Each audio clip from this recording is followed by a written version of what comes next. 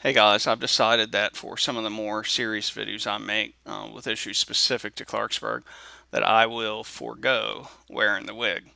Sometimes I think the joke connects, and then other times it's distracting. For this, I'm just going to go without it. In January 13th of this year, I spoke at the Planning Zoning Commission, of which I was a member, um, about the need for a new comprehensive plan. I'll put the link in the description field here. I said something at that time I don't really agree with now, and I'll get to that in a second. The woman that had the secretary position in planning and zoning wanted to step down, and she asked me if I was interested, and I said yes, because if there was going to be a comprehensive plan, I wanted to be an officer of planning and zoning so that I could have a you know insider advantage into the process and bird's eye view. Well, they haven't met since then, but they are meeting this September. They need to, because Planning and Zoning Commission should be the one handling the RFP process for the new consultant. I'm going to go over some of the principles that have guided me in my views of um, city planning. I was just spent 4 days up in southern Upshur County at my dad's place up there, and I grew up in Rockford area of Harrison County on a dirt road. I love the countryside. I love mountains. I like the woods. I like rivers, and I want to preserve as much of them as I can. And I don't mind cities either. I've chosen to live at the edge of the downtown in the Oregon district here in Dayton. I don't like suburbs because they're neither city nor countryside.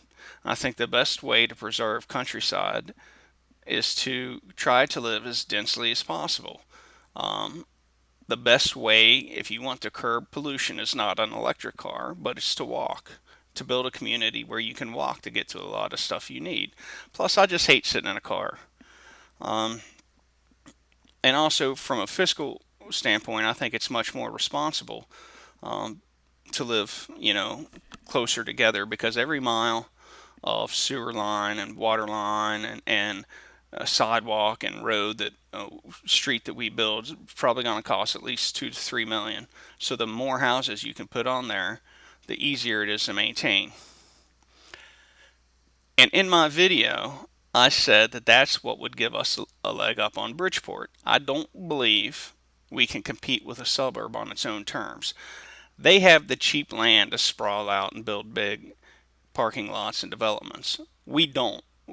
For us to try to do that, we have to buy people out, we have to demolish buildings, and it's prohibitively expensive. Our path forward will always be to rehab and preserve what we have to the extent possible. And I said that one of the things that would give us a leg up is that the Jerry Dove TIFs have borrowed about $140 million to build that infrastructure out there, whereas our infrastructure is already paid for. It seemed like a really good argument at the time, and then I learned about this lead water situation, and I saw all the sinkholes we have, and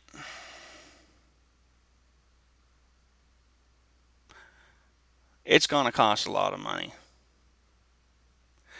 It's going to cost the kind of money that the water board doesn't have, and everybody, myself included, needs to sit down, go back to the drawing board, and take this into consideration. The last thing we should be doing is talking about some big project that our city councilmen can slap their names on. We have to get this infrastructure situation addressed. It is not the advantage that I thought it was. That's one of the things I was wrong about. I'll holler at you later, guys.